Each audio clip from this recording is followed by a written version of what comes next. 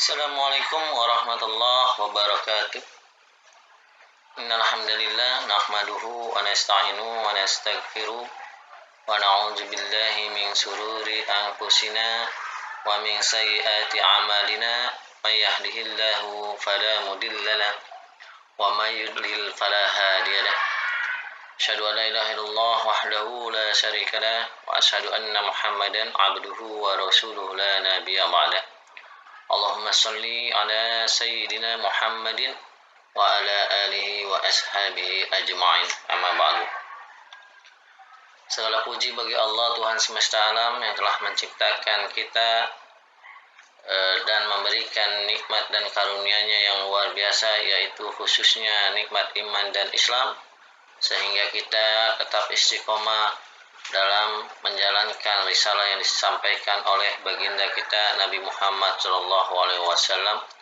Salawat dan salam teruntuknya dan kepada para sahabat dan pengikutnya hingga akhir zaman.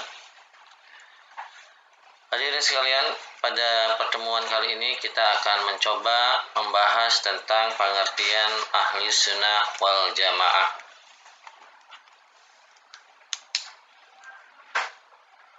Pengertian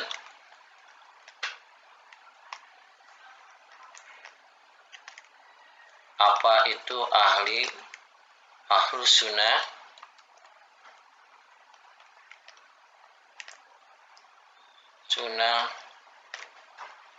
wal jamaah.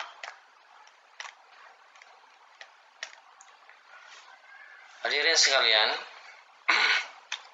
Ahlus Sunnah wal Jamaah ini terdiri dari dua kata. Yang pertama yaitu kata sunnah.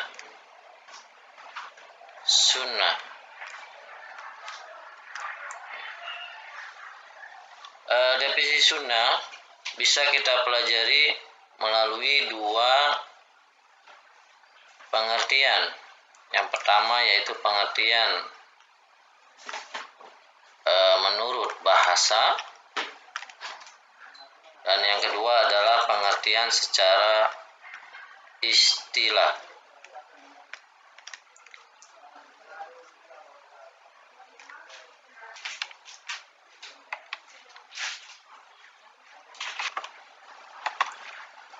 Kata as-sunnah mempunyai bentuk jamak yaitu as-sunan.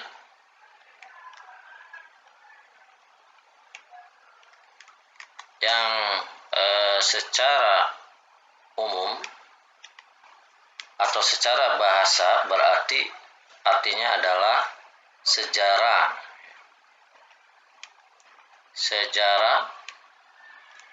kemudian ada perjalanan hidup,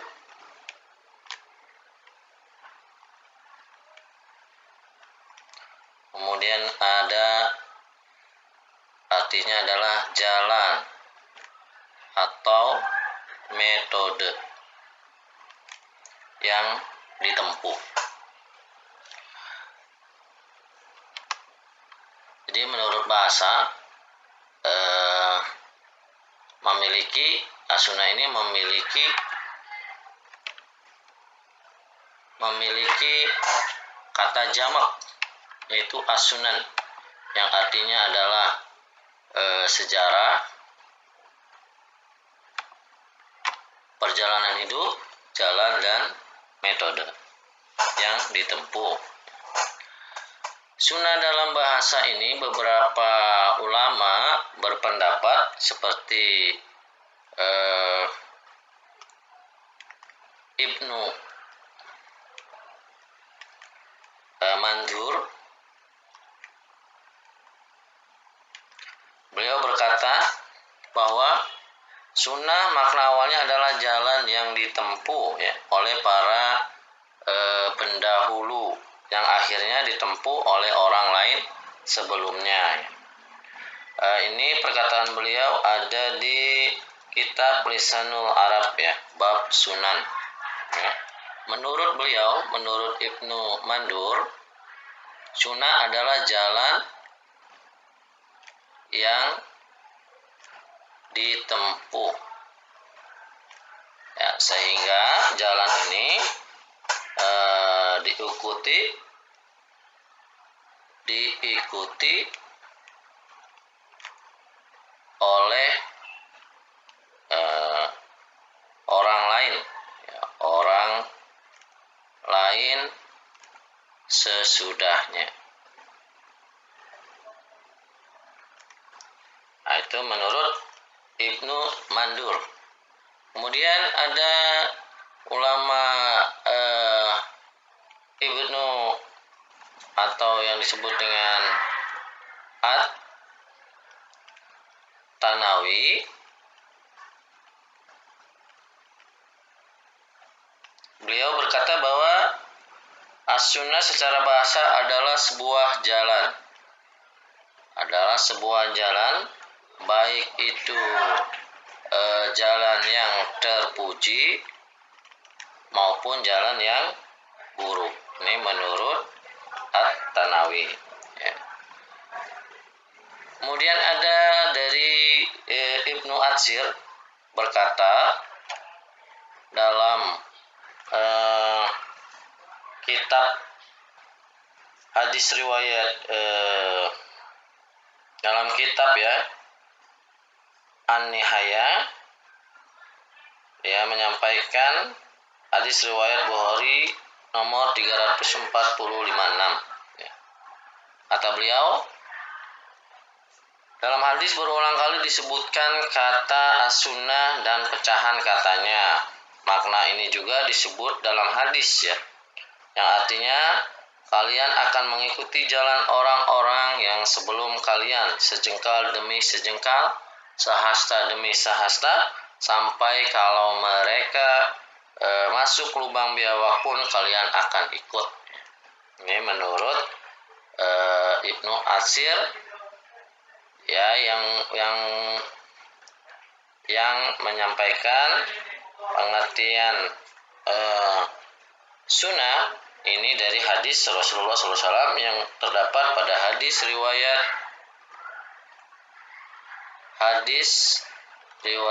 Bukhari, ya, nomor 3456, ya.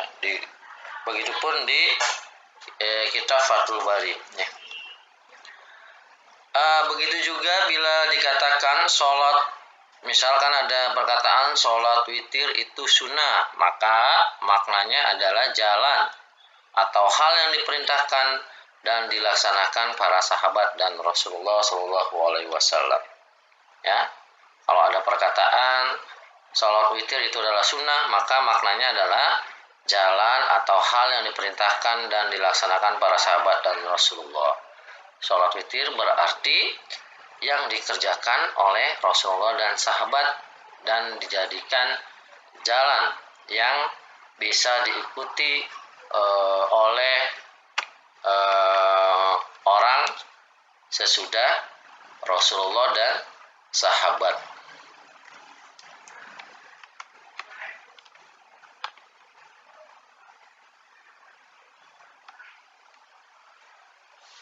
Baik, itulah pengertian definisi sunnah secara bahasa.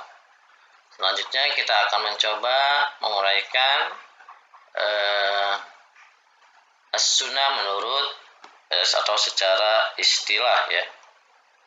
Secara istilah. Yang tadi secara bahasa.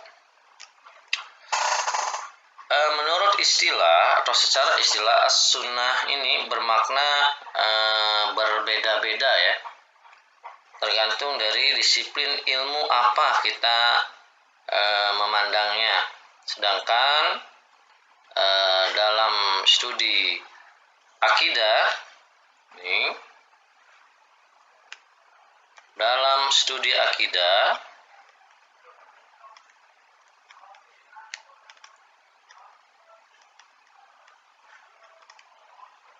ya, yang disebutkan oleh Dr. Ibrahim Al-Buraikat dalam studi akidah, beliau berkata bahwa makna sunnah berarti mengikuti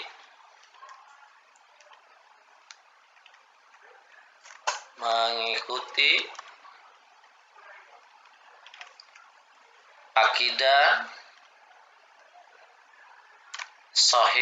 sahihah yang sabitah,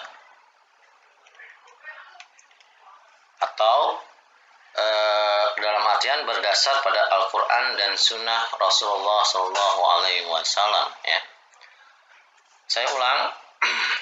Sunnah menurut istilah ini adalah dalam studi akidah, yaitu menurut Dr. Ibrahim Al-Buraikan, beliau berkata bahwa makna sunnah berarti mengikuti akidah sahihah yang sabitah, ya, yang berarti harus berdasarkan pada Al-Quran dan Sunnah Rasulullah Sallallahu Alaihi Wasallam. Beliau juga mengatakan bahwa sunnah merupakan ungkapan untuk sikap ittiba, ungkapan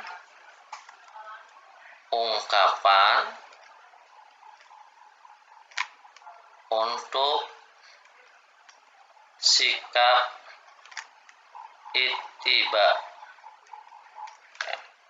ittiba atau mengikuti manhaj, ittiba terhadap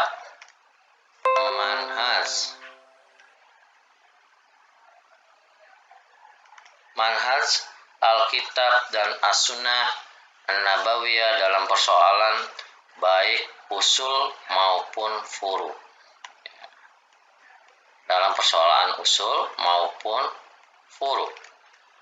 Ya. Ini dijelaskan dalam kitab Al-Madkhal li Dirasatil Aqidah Al-Islamiyah pada halaman 12. Hadirin sekalian yang dirahmati Allah Subhanahu wa taala, dalam istilah as-sunnah, menurut atau secara istilah berdasarkan penjelasan singkat yang disebutkan oleh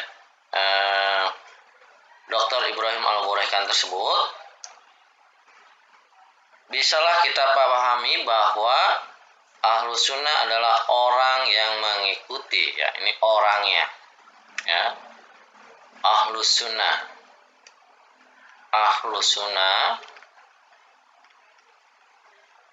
adalah orang yang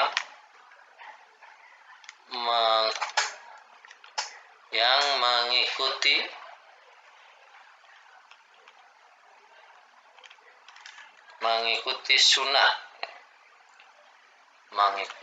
sunnah, ya, dan berpegang teguh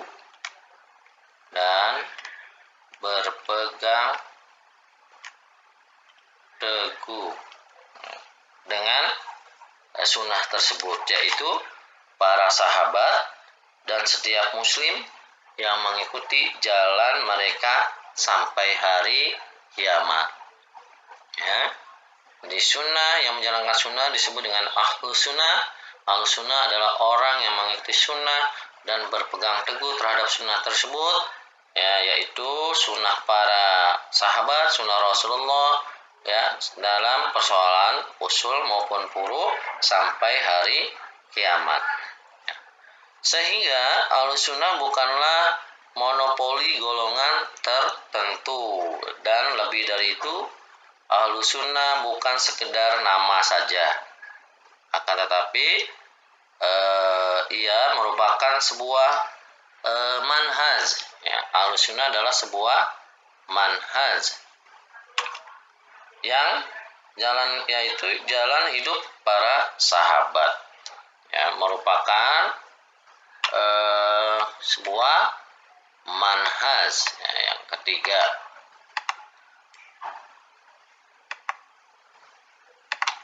Ahlus Sunnah adalah Ahli sunnah adalah bukan monopoli golongan tertentu ya. Yang seperti kita ketahui, setiap golongan pasti mengaku ahli sunnah wal jamaah, tidak hanya sebuah pengakuan ya. Karena sunnah ini, ahli sunnah merupakan manhaj ya, merupakan manhaj atau jalan hidup para sahabat ya, sebuah manhaj atau jalan hidup para sahabat.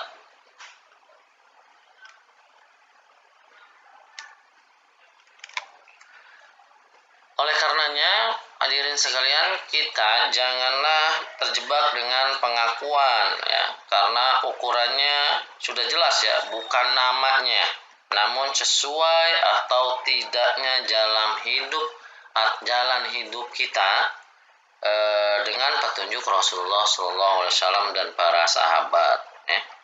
Jadi ukurannya adalah sesuai atau tidak gitu dengan jalan hidupnya, dengan jalan hidupnya sesuai dengan petunjuk Nabi Muhammad SAW dan para sahabat. Hadirin sekalian, demikian secara singkat pengertian tentang apa itu sunnah ya, dan ahli sunnah wal jamaah secara bahasa. Selanjutnya adalah kita akan membahas tentang pengertian apa itu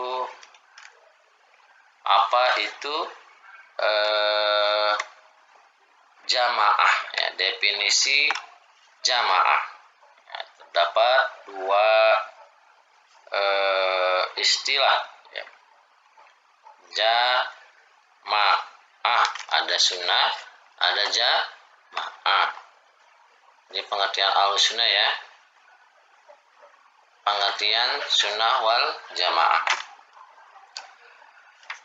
Selanjutnya adalah pengertian definisi jamaah.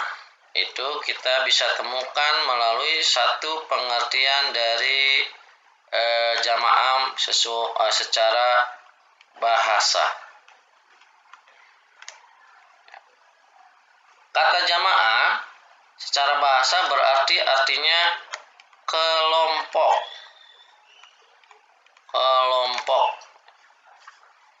Ya, bisa ada beberapa makna ya, ada kelompok, ada bersatu, ya, ada bersatu. Kemudian secara bahasa ini jamaah merupakan lawan dari kata berpecah belah. Lawan dari kata berpecah belah. Lawannya itu ya berarti bersatu ya, menyatukan diri, berarti artinya jamaah. Pengertian ini sebagaimana yang disebutkan dalam sebuah hadis yang menerangkan perpecahan umat Islam ya, yang sudah kita ulas di pertemuan sebelumnya, yaitu perpecahan umat Islam menjadi 73 golongan, di mana di sana disebutkan golongan yang selamat hanya satu, yaitu jamaah. Nah, dalam riwayat lain, ma ana alaihi wa ashabi, yang artinya apa yang saya dan para sahabatku berada di atasnya. Ya, ini terdapat dalam Musnad Ahmad, Al-Hakim, Ad-Darimi, dan disahihkan oleh Al-Albani ya dalam As-Sahihah. Ini pengertian jamaah menurut bahasa, artinya adalah kelompok, bersatu, kemudian lawan dari kata berpecah belah. Selanjutnya kita akan membahas terkait jamaah, arti jamaah menurut atau secara istilah. Hadirin sekalian, pada pengertian jamaah menurut istilah Ada pandangan para ulama ya yang berbeda dalam memberikan definisi atau pengertian dari jamaah. Secara global atau secara umum, pendapat ulama-ulama tersebut bisa kita kelompokkan menjadi 5 pendapat. Dikelompokkan menjadi 5 pendapat. Nih, menurut istilah jamaah dikelompokkan menjadi 5 pendapat. Yang pertama, yang dimaksud dengan jamaah adalah generasi sahabat. Generasi sahabat. Pengertian ini merujuk pada hadis-hadis atau dalam hadis-hadis tentang jamaah yang menyebutkan bahwa yang selamat adalah ma ana alaihi wa ashabi, yaitu apa yang saya dan para sahabatku berada di atasnya. Ini perkataan Nabi Shallallahu Alaihi Wasallam yang mengatakan bahwa yang perpecahan umat itu yang 73 golongan itu yang selamat adalah ma ana alaihi wa ashabi, yaitu yang saya, kata Nabi, dan para sahabatku berada di atasnya, yaitu jalannya, jalan sunnah. Ini merupakan pendapat Khalifah Umar bin Abdul Aziz ya. Ini pendapat dari Khalifah Umar bin Abdul Aziz ya. Dengan artian ini setiap orang yang beramal berdasarkan Al-Quran dan As-Sunnah sesuai pemahaman generasi sahabat bisa disebut dengan Ahlus Sunnah wal Jamaah ya. Oke, itu yang pertama, 5 pendapat yang pertama secara umum. Kemudian yang kedua, pendapat yang kedua, istilah jamaah menurut para ulama, khususnya ulama mujtahidin ya. Menurut ulama mujtahidin,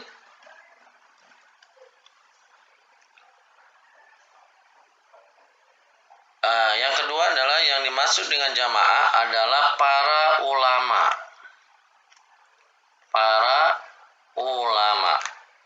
mujtahidin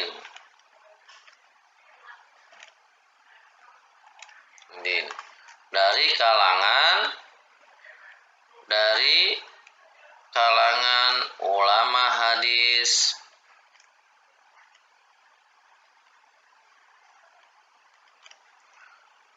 ulama fikih,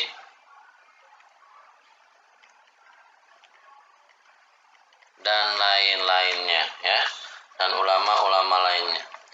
Nah, yang berpendapat jamaah menurut atau secara istilah bahwa artinya adalah para ulama mujtahidin atau yang berijtihad, yang memiliki tingkat ijtihad yang tinggi, yaitu ini yang berpendapat demikian adalah Imam Abdullah bin Mubarak.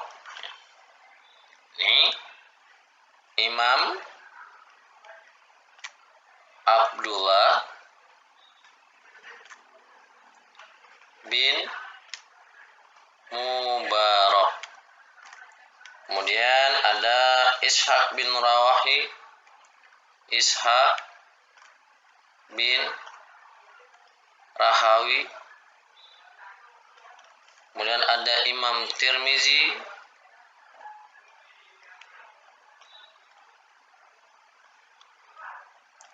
kemudian para ulama usul fikih dan sekelompok ulama salaf ya. Ada ulama usul fikih,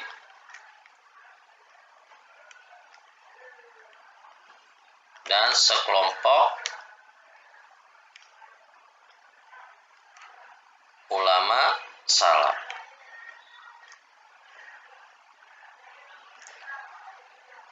Kemudian yang ketiga, pengertian atau definisi jamaah yang ketiga menurut atau secara istilah adalah ijma, yaitu kesepakatan umat Islam ya, dalam suatu masalah tertentu disebut dengan ijma ya. Hadirin sekalian, bila saja seluruh umat Islam telah mengadakan ijma, maka wajib bagi mereka untuk mengikutinya ya. Orang yang menyelisihi daripada ijma tidak termasuk sebagai ahlu sunnah wal jamaah ya. Jadi kalau kita tidak menyepakati hasil dari ijma para ulama, tentunya ulama-ulama yang lurus, maka kita bukanlah termasuk bagian dari ahlus sunnah wal jamaah. Misal contohnya ya, umat Islam telah sepakat tentang wajibnya sholat 5 waktu. Orang yang berpendapat bahwa sholat 5 waktu itu tidak wajib, maka ia tidak termasuk ahlus sunnah ya. Nah, karena bertentangan dengan ijma para ulama ya. Seluruh ulama bersepakat bahwa sholat 5 waktu itu adalah berhukum atau hukumnya wajib. Hadirin sekalian, banyak para ulama yang mengembalikan pendapat yang ketiga ini kepada pendapat kedua, yaitu siapa yang dapat berijma, ulama yang mana, yaitu ulama yang kedua tadi, para ulama mujtahidin, yaitu ulama hadis, ulama fikih dan lain sebagainya ya. Karena pada dasarnya yang berijma itu bukan umat Islam, namun para ulama mujtahidin yang mereka bisa berijtihad dengan ilmu keislaman yang mumpuni atau yang tinggi dan dipercaya oleh umat. Oke. Yang berikutnya yaitu yang keempat, jamaah itu artinya adalah kelompok mayoritas umat Islam atau yang sering disebut sawadul adam atau sawadul adom ya. Artinya jika suatu hal telah diyakini dan dijalankan oleh umat Islam, maka yang menyelisihinya terhitung orang yang sesat dan bukan termasuk ahlussunnah wal jamaah ya. Pendapat ini merupakan pendapat dari Abu Mas'ud nih, ulama Abu Mas'ud Al-Ansari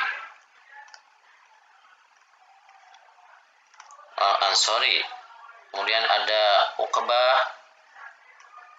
bin Amir bin Salabah Al-Ansari dan Abdullah bin Mas'ud radhiyallahu an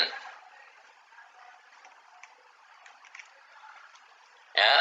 Jadi yang keempat ini artinya jamaah adalah kelompok mayoritas umat Islam, yaitu sawadul adom. Artinya ini kalau kita menyelisihi dari suatu hal yang telah diyakini dan dijalankan oleh umat Islam, maka kita bukan termasuk dari ahlus sunnah wal jamaah. Kemudian yang kelima, pengertian jamaah menurut atau secara istilah, yaitu makna jamaah adalah pemerintahan. Ya, ini pemerintahan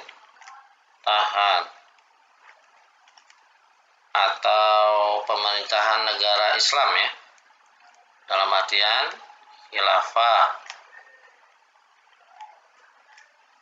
atau khilafah Islami.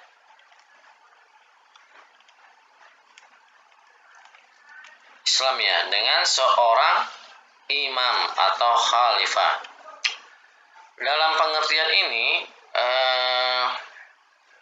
bahwasannya siapa yang taat pada imam berarti mengikuti jamaah. Siapa yang mengikuti imam atau khalifah maka dia mengikuti jamaah. Dan siapa yang membangkang atau memberontak berarti bukan ahlu sunnah wal jamaah ya, atau bukan ahlu sunnah atau jamaah. Orang yang mati dalam keadaan membangkang pada imam yang sah atau pemimpin yang sah di sebuah negara kekhalifahan atau negara Islam, maka ia mati seperti orang yang mati dalam keadaan jahiliyah. Nah, yang berpendapat ini adalah Imam At-Tabari. Imam At-Tabari ya. At-Tabari. Kemudian ada Ibnu Arabi. Kemudian ada Al-Mubarakfuri.